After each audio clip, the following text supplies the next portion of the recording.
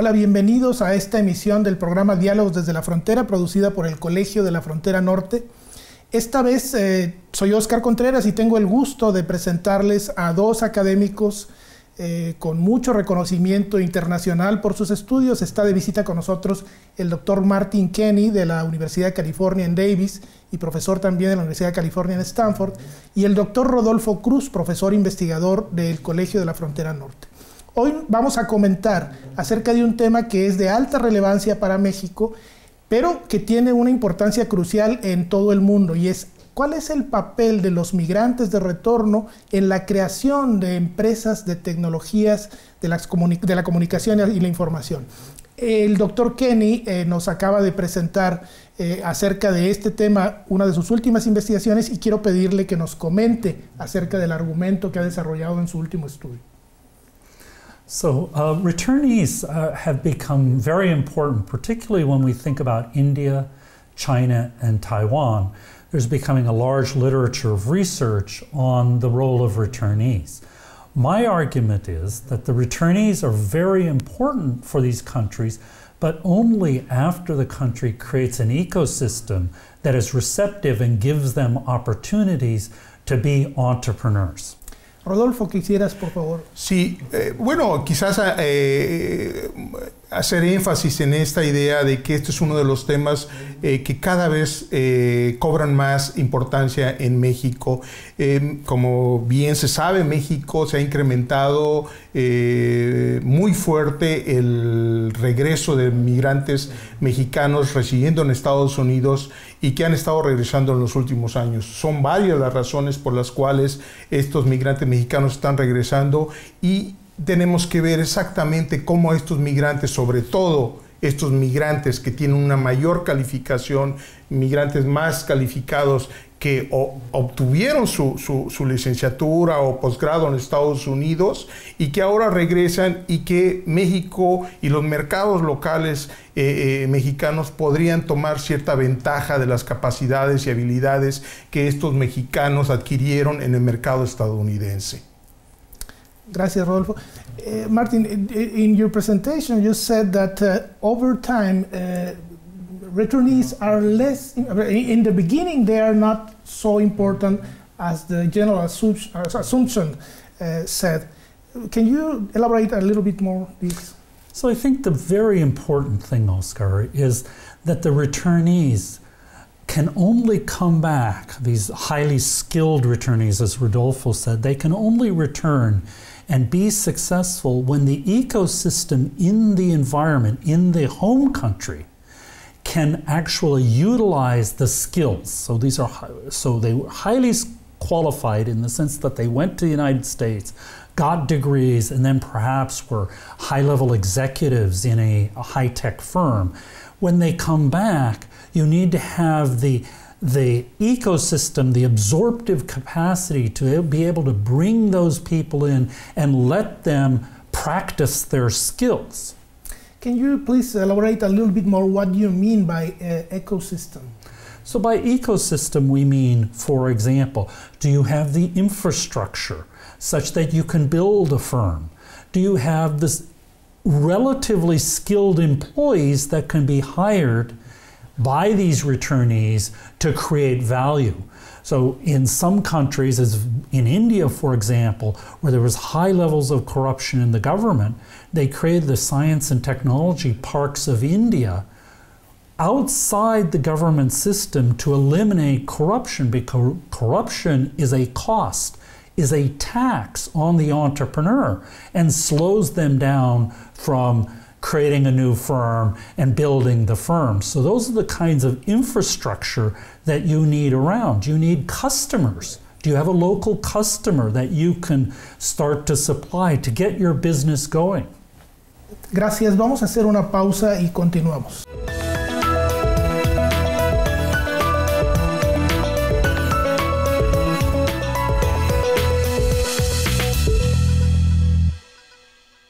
Regresamos con Diálogos desde la Frontera, el programa del Colegio de la Frontera Norte, y quisiera preguntarle al doctor Martin Kenney, profesor de la Universidad de California, acerca de su más reciente estudio sobre el desarrollo de empresas de tecnologías de la información. Él ha estado estudiando algunos casos muy interesantes en Asia y ha encontrado que los migrantes de retorno tienen un papel un poco distinto de lo que normalmente se había asumido. Le quisiera pedir que nos explique un poco cuál ha sido el papel de los migrantes de retorno en el desarrollo de estas industrias en los casos que ha estudiado. Oscar, I think one of the most interesting things when we look at these three East Asian countries is the role of education. So from very early on, all of these nations and the people of the nations decided that education was really one of the keys. And what they did is they educated their people. And then the very highest level, the real top of the top, many of them went to the United States and got education in our very best universities in engineering, in science and technology. Some of those people, not all of them, but some of them then went to work in US companies and learned the culture of entrepreneurship and of creating new firms. And then even fewer, but a number of them started to return or look for opportunities to invest or to create firms in their home countries. The governments of China, India, and Taiwan also thought about how could we use these people to improve our relative level of industrial capacity, particularly in the ICT industries. So a set of government policies were put in place to encourage these people to come back and create firms.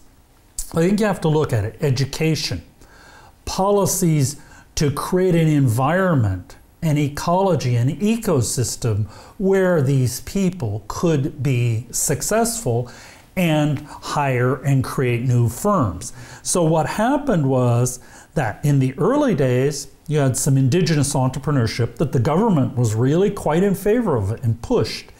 And then you had the ability for these returnees to come back and be like a spice to help the industry further evolve. So I think those are the kinds of policies that one needs to think about. And I think each country, China, India, and Taiwan, had somewhat different policies. So they weren't all the same, but they looked at their environment, the skills that they had, encouraged the growth of those skills, and then looked abroad for how could they get connections from abroad, etc., to develop an ecosystem that became quite dynamic and grew over time.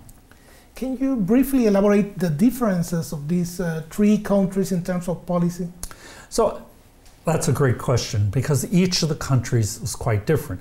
Taiwan was, of course, a much smaller country than either India or China and had a much longer relationship. So the Taiwanese industry, very early on, and Taiwanese government decided that these connections to Silicon Valley were important. China was quite different. China in 1980, when the ICT industry starts, companies like Legend, Lenovo, etc., was really a self-contained country. And they started to develop indigenously. And it was only in the 1980s where Chinese people started to go to the United States. And so the Chinese industry developed indigenously until the late 90s when the internet bubbles started, and China by that time was already relatively technologically sophisticated.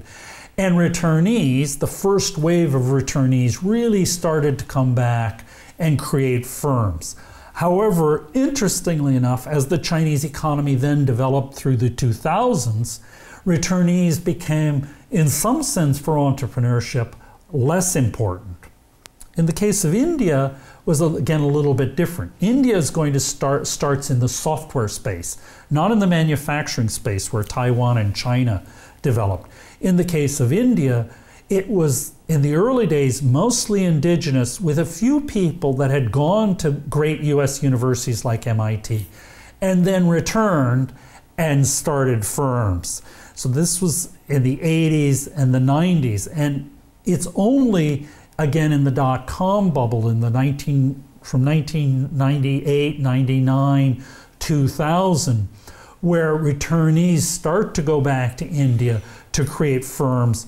By that time, though, there was already an ecosystem. The other thing we need to remember is the role of the multinational firms in creating and helping create the ecosystem, particularly in Taiwan and India. Gracias. Vamos a hacer con esto una pausa y continuamos.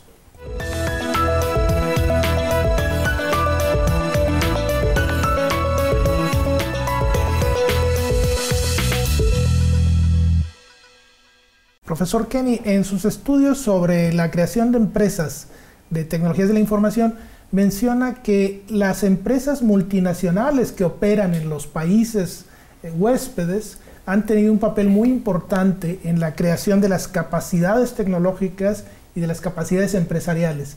Quisiera comentarnos un poco más sobre esto.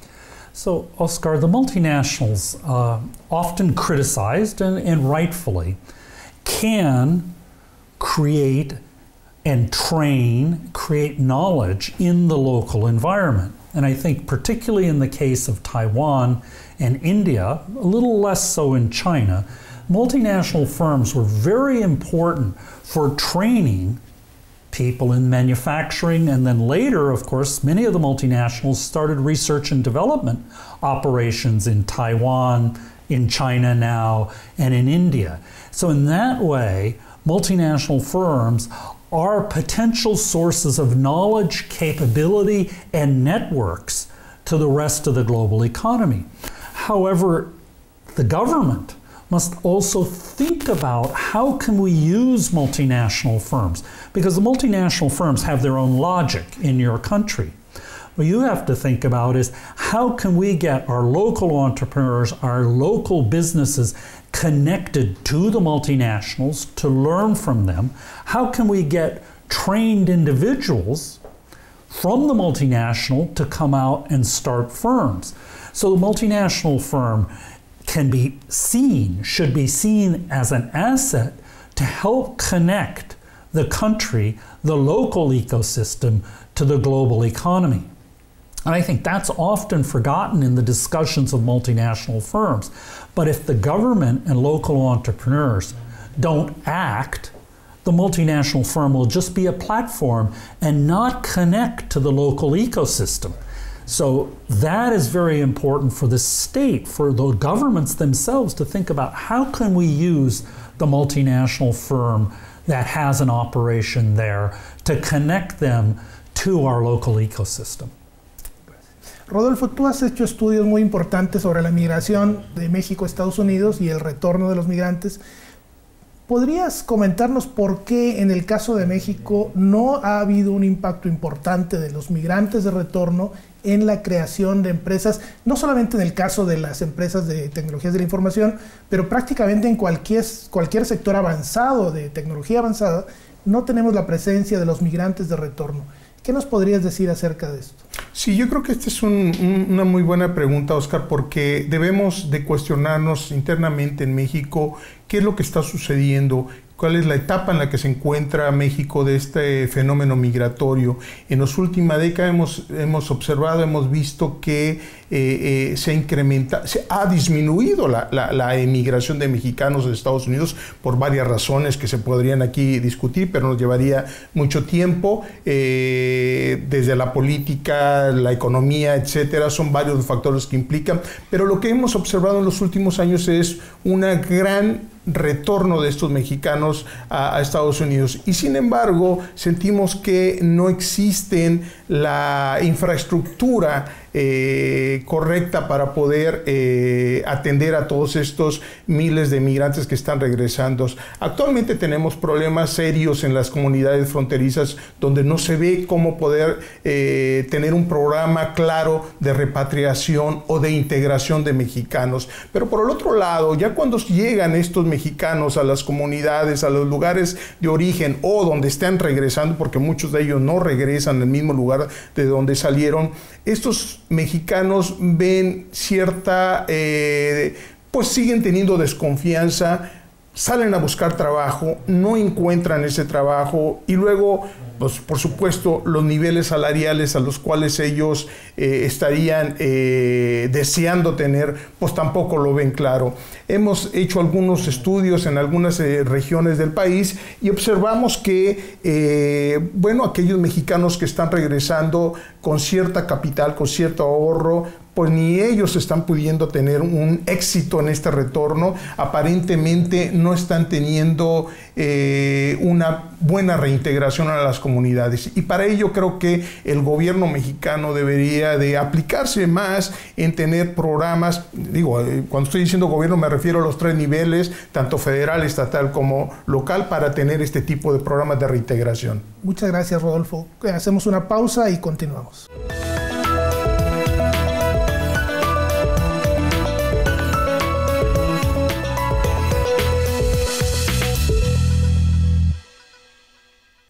Rodolfo, nos comentabas que el gobierno mexicano no ha desarrollado programas de reinserción de los migrantes de retorno. ¿Nos podrías comentar un poco qué significa la migración de retorno en términos numéricos, en términos de quiénes regresan, trabajadores calificados o no calificados, y por dónde deberían orientarse esos programas de reinserción que tú mencionas? Sí, es importante tener claro que la migración mexicana de Estados Unidos es una migración enorme, es decir, una gran variedad de mexicanos. No es solo, muchas veces se entiende, y sobre todo en los medios de comunicación, de que solo hablamos de una migración indocumentada, una migración irregular. Pero no, en esta migración también hay una migración regular y muy calificada de alto nivel. Alrededor de más de 500,000 de personas, alrededor de 530,000 en el 2010, se dice que son migrantes que tienen licenciatura o algún nivel de posgrado en México. Bueno, pues varios de ellos han estado regresando en México, sin embargo, no existen nuevamente este tipo de programas. En México, en el 2007, en la administración del presidente Calderón, iniciaron algo que llaman la repatriación humana. ¿Sí? ¿Qué significaba esto? Bueno, era un programa en el cual les daba la bienvenida a los mexicanos, en el cual les trataban de dar algún tipo de ayuda, sobre todo para no quedarse en la frontera o no tratar de regresar a los Estados Unidos. Fue un programa fallido, especialmente o principalmente porque nunca tuvo ningún presupuesto. Fue un programa de nombre exclusivamente, en el cual solamente recogía de algunas secretarías para poder apoyar a los inmigrantes su regreso a sus lugares de orígenes o a donde ellos quisieran desplazarse. Sin embargo, creemos que así como en otros países existen desde hace muchos años programas especiales de reintegración de estos inmigrantes. Bueno, yo creo que en México nos hace falta desarrollar este tipo de programas donde veamos qué tipo de intereses tienen estos migrantes para buscar una reinserción social, cultural y sobre todo lo que ellos andan buscando, una reintegración laboral. De qué manera ellos se pueden insertar en los diferentes sectores del mercado laboral y tratar de utilizar esas capacidades o habilidades que fueron adquiridas en el mercado laboral estadounidense. En las últimas semanas, meses, algunos estudios aquí en el Colegio, en particular el trabajo que hizo Laura Velasco en el bordo del río Tijuana, en el canal del río, y encontró que muchos de los migrantes que están hospedados, alojados en el bordo, son de hecho migrantes con alta calificación, migrantes repatriados con altas calificaciones.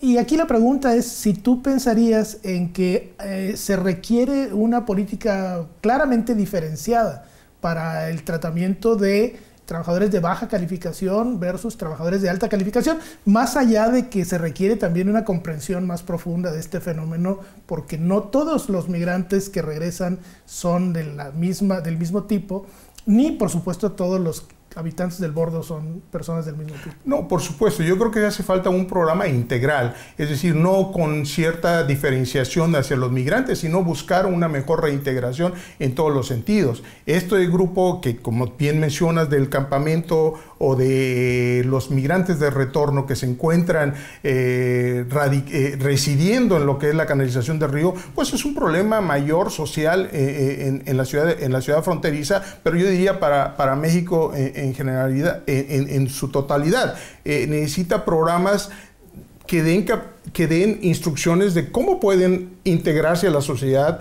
de diferente manera. Porque recordemos que muchos de esos retornados o incluso deportados han estado viviendo en los Estados Unidos y muchos de ellos tienen problema incluso de lenguaje para su reintegración. Entonces me parece que sus programas tienen que tener no tan solo una vertiente, sino yo creo que varias vertientes y varias dimensiones para su reintegración a las comunidades mexicanas.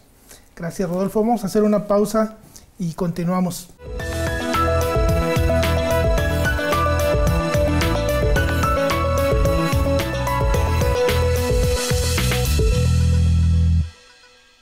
Martín, tomando en cuenta la investigación que has hecho en los países asiáticos sobre los migrantes de retorno y su importancia en la creación de empresas de tecnologías de la información, ¿qué le dirías tú a los gobiernos del Estado, por ejemplo, estados que con muy poco desarrollo económico tratan de tomar ventaja, de aprovechar a los migrantes de retorno para crear nuevas empresas, para crear empresas innovadoras, para crear un mejor ambiente empresarial? ¿Qué les dirías tú si están focalizando sus políticas en la atracción de estos migrantes? So, Oscar, I think when we look at the kinds of returnees that I'm speaking of, these are often very high level. They're returning to the country, often to the region that they came from. And what's important is, can the region absorb their capacities? If the region can't absorb their capacities, they will come and they will return to the United States. So for governments, local, state governments, they need to think about what is it that we can do to encourage these people and to ease the ability for them to create new firms. And there you have to think about, first of all, are there government regulations that are not creating value, that are constraining people from creating new firms? Local corruption can be a big problem. As I said, India moved that out of the local government capacities and created special government bureaus to handle that. The other is state education. Is the state or the local government educating people? And here I'm talking about the bachelor's degree, engineering, science and technology. Are there people being created in the region that then, if a returnee comes, they can hire them? Are they global class? Are they, even national class, let's say software programmers? So I think those are the kinds of things that you need to think about, because just encouraging someone to return and then they find they can't do anything there, that isn't going to work. They will just leave. So I think that the governments need to think about what are the strengths we have in the region. How can we build those strengths? I mean, in the current ICT world, telecommunications policy. Do you have high quality telecommunications that's inexpensive? Right? If you have expensive telecommunications, well then maybe in telecom, India, on a cost basis, is closer to the United States or the customer, wherever they may be, than Chiapas. Right? So those are the kinds of issues that I think local, state, and even the national government needs to think about. Can we create policies that will give an entrepreneur a start? Is it venture capital? Is it local funds? So these are all of the kinds of issues that local governments need to think about, and they can learn from what other countries did and other regions. If you have a successful region, that can become a model. So I think what you need to do is actually think through what can work for your region and what are the kinds of assets, both returnee and locally, that you can use or you can build.